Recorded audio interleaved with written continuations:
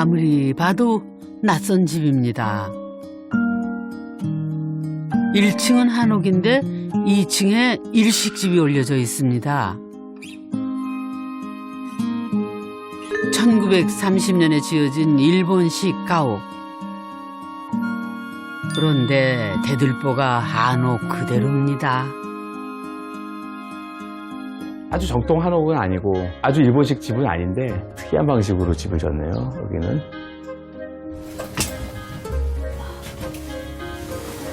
와, 완전 이거 구조가 잘 남아있네요. 또 다른 일본식 집. 보 하나로 여러 채의 집이 연결되어 있습니다. 나가야라 불리는 일본식 연립주택입니다. 옛날 그대로네. 요런 판자 그때. 예. 다 그대로예요. 거의 한 100년 된 판자네 이게 그거는. 일제강점기 때 지어진 일본식 집을 적산가옥이라 부릅니다. 적의 재산이었던 집이라는 뜻이죠. 역사의 시간이 포개져 있는 낯선 집, 적산가옥을 만나봅니다.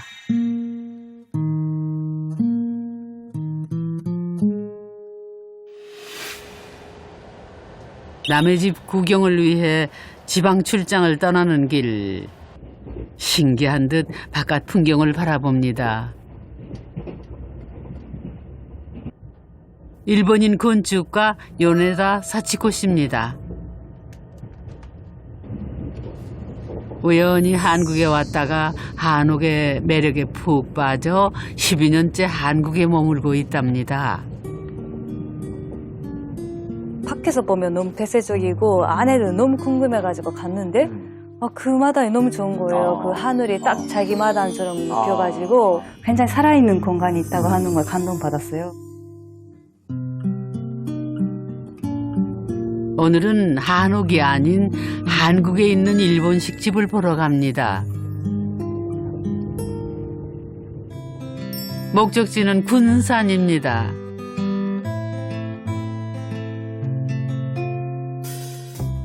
대표적인 근대 개항 도시. 그래서 일본식 집이 많이 남아 있습니다. 건축가 이명남 소장님 30년 경력의 베테랑 건축가입니다. 오래된 집들이 국내 곳곳에 툭툭 튀어나와가지고 계속 걸어가면서도 계속 보게 되고 그러네요.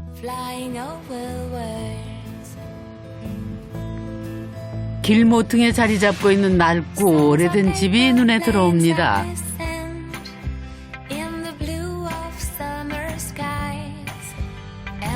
사람들이 떠나고 홀로 남겨진 집은 어딘가 애잔해 보입니다.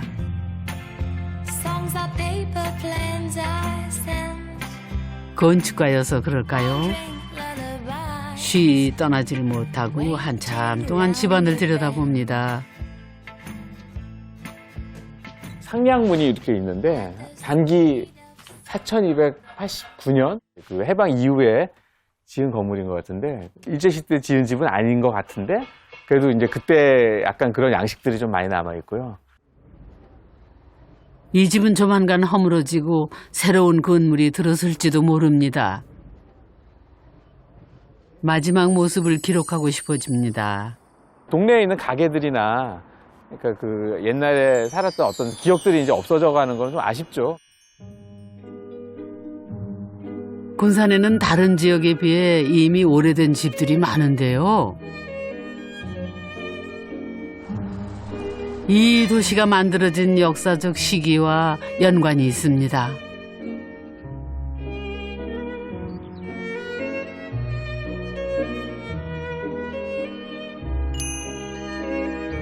어딘가 일본 신사를 닮았습니다.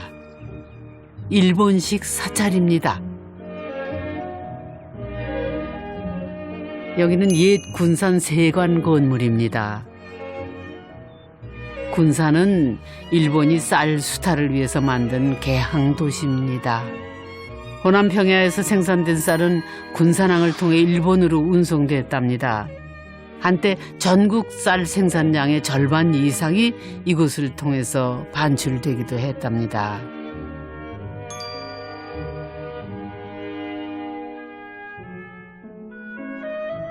곤산은 쌀수탈의 전진기지였던 셈이죠. 일본은 효율적 쌀수탈을 위해 도시의 바둑판처럼 곧게 길을 내고 일본인들을 대규모로 이주시킵니다.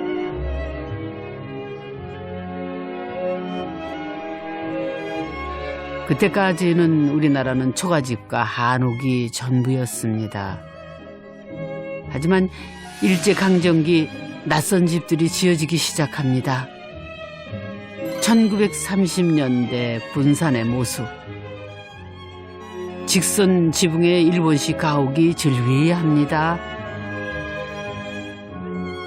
1934년 당시 조선인 2만 7천여 명, 일본인은 9,400명이었답니다. 그들은 당연히도 한옥이 아닌 일본식 집에서 살고 싶어 했습니다. 패망 이후 일본 사람들은 떠났습니다. 하지만 일본식 집들은 남았죠. 미 군정은 일본인 소유였던 집을 몰수합니다. 그때 붙여진 이름이 적산가옥입니다. 적의 재산이었던 집이라는 뜻이죠. 이후 정부는 적산가옥을 일반 사람들에게 불화했습니다.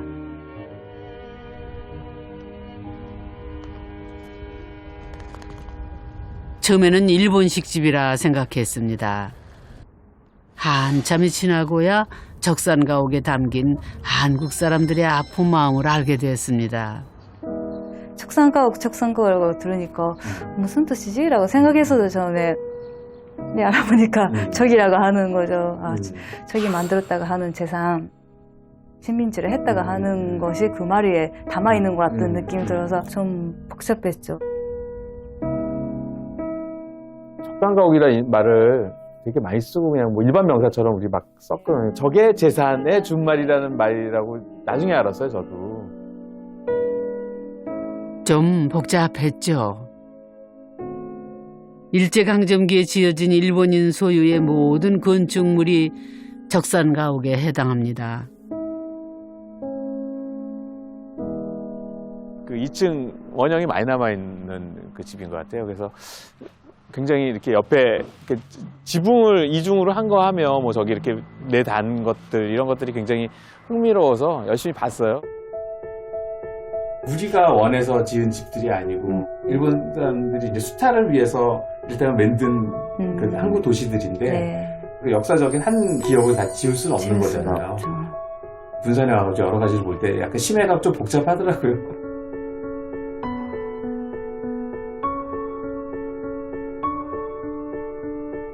일제강점기에 지어진 일본식 집은 어떤 모습일까요?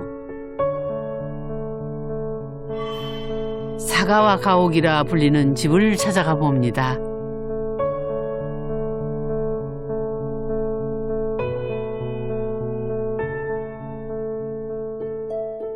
대문을 들어서자 잘 꾸며진 정원이 눈에 들어옵니다. 돌과 나무, 꽃 등으로 조경을 하는 것은 일본 정원의 특징입니다.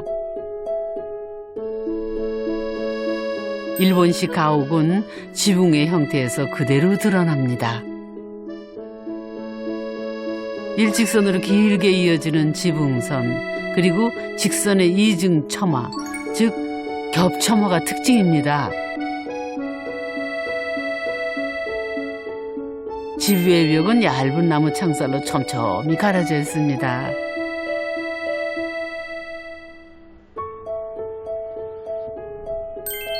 바깥에서 집안이 보이지 않는 폐쇄적 구조입니다. 집 바닥에 설치되어 있는 것은 바람이 통하는 환기구입니다. 일본은 보통 그 올라가게 이렇게 만들었거든요. 환풍 집이 좀 좁게. 올라가니까. 네, 습기가 많아서 네. 일본에서는. 보통 우리나라는 이제 네. 여기에 구두를 넣고 네. 마루는 그 밑에가 이제 네, 띄어있고. 띄어놨잖아요. 네. 근데 여기는 이제 이런 식으로 해가지고 네. 환기구는 일본식 집에서만 볼 수 있습니다. 네. 이름 뭐라 그러더라? 과연 집안은 어떤 모습일까요? 와. 와, 야, 여기서 이렇게 평가가 돼가지고. 와. 주인 유희주 씨는 대략 50년 전 15살 때 이곳으로 이사를 왔습니다. 집의 첫인상은 좁고 긴 복도였습니다. 넓은 한옥마루와 달라서 무척이나 낯설었다고 합니다. 무엇보다도 집이 어두워서 겁이 났다고 합니다. 굉장히 넓은 거. 와, 도코노마 진짜 잘 남아있는데요? 와. 와. 도코노마는 일본 전통 가옥의 상징과도 같습니다. 한단을 올려 신이나 부처, 경전 등을 모셔두는 신성한 곳입니다. 여기는 그래서 사람들 여기 안 구경 안 되죠. 절대 나가면 안 돼요.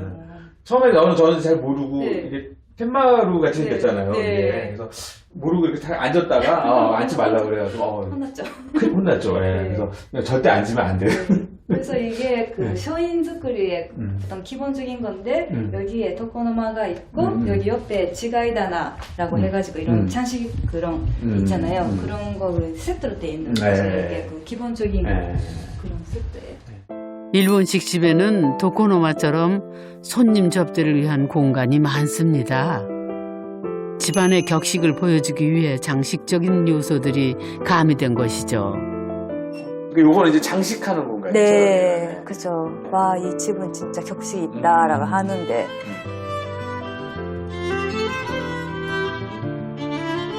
집안 중앙에 자리 잡고 있는 별로 크지 않은 금고. 이 집이 일제강점기에 지어졌다는 사실을 증명해주고 있습니다.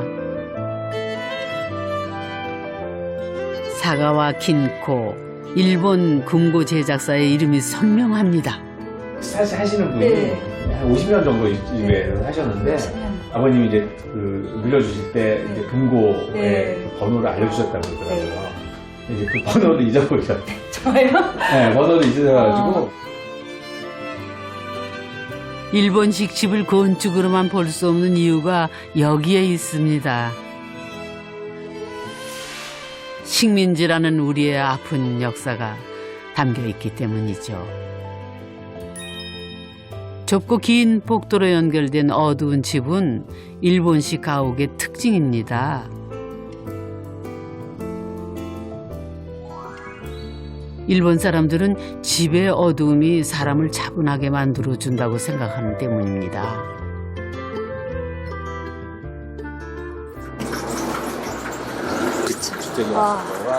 와우. 전통 가옥에는 오랜 시간 그곳에서 살아온 사람들의 정서가 담겨 있습니다. 따뜻하네요. 엄청 따뜻해. 일본식 집에는 일본인 고유의 정서가 녹아 있죠.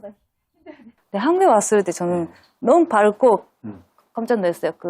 좀 대청 같은 데 가면 네. 좀 다 열어 있고 네. 그 개방적이고 일본은 전체적으로 그 집을 지을 때 좀 어두움이 좀 중요하다고 생각하거든요. 네. 그래서 그 그림자 일본에서는 그 관광에서 중요하다라고 하는 이야기를 하거든요. 그래서 일본은 뭐 좀 어둠 속에서 이렇게 그림을 보는 느낌이라고 하나요? 그런 좀 차이가 있어서 좀 굉장히 놀랐어요. 차분하고. 네. 또 하나 큰 차이는 정원입니다.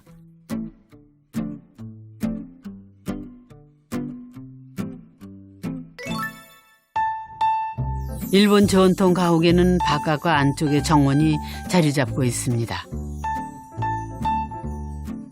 일본 사람들에게 정원은 차를 마시며 구경하는 공간입니다. 그래서 돌, 나무, 꽃 등을 심어서 정성스럽게 가꿉니다.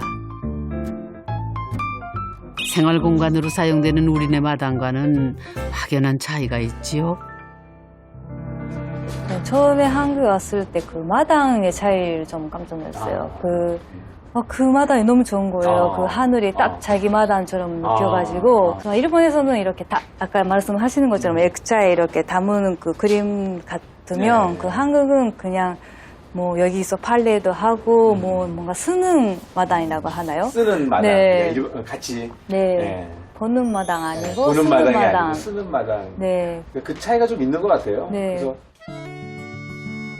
두 나라의 집은 많이 다릅니다. 한옥의 가장 큰 특징은 지붕과 처마의 곡선미입니다.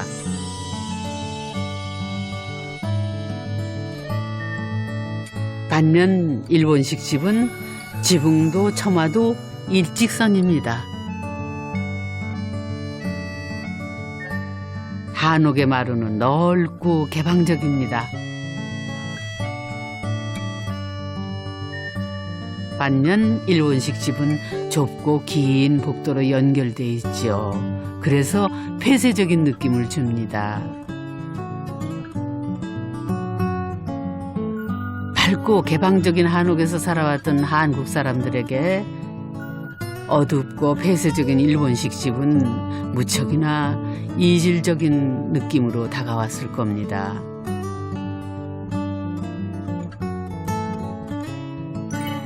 우리네 한옥 마당은 생활 공간으로 쓰는 마당이죠. 반면에 일본식 정원은 정성스레 가꾼 꽃과 나무를 구경하는, 말하자면 보는 마당이죠.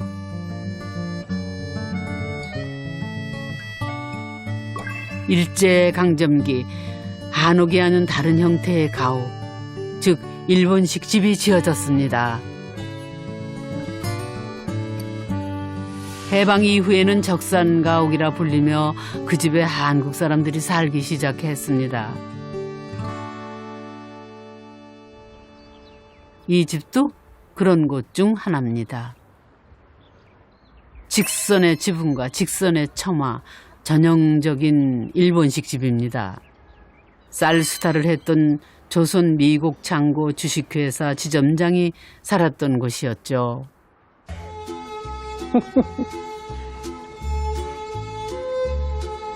그냥 빨리 와. 빨리 그러지. 나와보자. 옳지. 여기 와서 줄 좀 내줘요. 1935년에 지어진 집, 지금은 80대 노부부가 살고 있습니다. 이렇게 똑바로 이렇게 딱요 저기도 저쪽에도 저 옷을 보고 삐딱하고 그랬어요.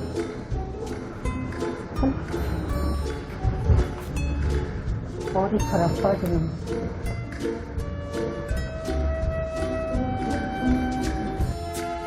내 옷이네. 당신 옷은 하나도 없네. 윤여삼 이경산 부부는 이곳에서 53년째 해로해오고 있습니다. 그때는 여자가 대시한다는 거는 어려웠지. 응, 그때는 여자가 대신다는 건 어려웠고. 그럼 아버님이 하셨네요? 그냥 어떻게 내가 거기 몇 프로 들어간 거 같네? 전에는 아니었잖아. 아니 뭐 아니기는 뭐가. 연애할 적에 극장에 갔는데 저 좌석이 다 10,000원이 돼가지고 안 되고서 서서 봐야 돼요. 서서 보는데 내가 핸드백을 들어줬더니 아따 자산스럽다고 그랬대요. 그때 가서 서서 보면은 핸드백 내가 들어줬더. 왜 핸드백을 들어줬어? 난 뭐 무거울지라고 그러시고. 그게 무거워서 들어줬겠어? 나 어디 못 가고. 그런 시절도 있었는데. 참 새삼스럽게 옛날 이야기한다. 예, 그 시절의 연애라니 금슬이 남다른 이유가 있었네요. 윤여삼 이경산 80대 부부가 살아온 얘기 한번 들어볼까요? 세상에 이런 걸 다 보네. 야, 53년 된 전석장이야 이게. 53년 된 이거 보물이다. 이경선 윤여삼이 한평생 뜻을 같이 하기 위하여 여러분 앞에 결혼의 예식을 올리고자 하오니 부디 오셔서 축복하고 기쁨을 함께 하여 주시기 바라나이다. 1966년 4월 3일. 3일. 네. 신혼집을 구하러 다니다 복덕방에서 이 집을 소개받았죠. 적삼이라고 그러는 것이 이제 일본이 퇴거하고 나니까 그 주인이 없잖아요.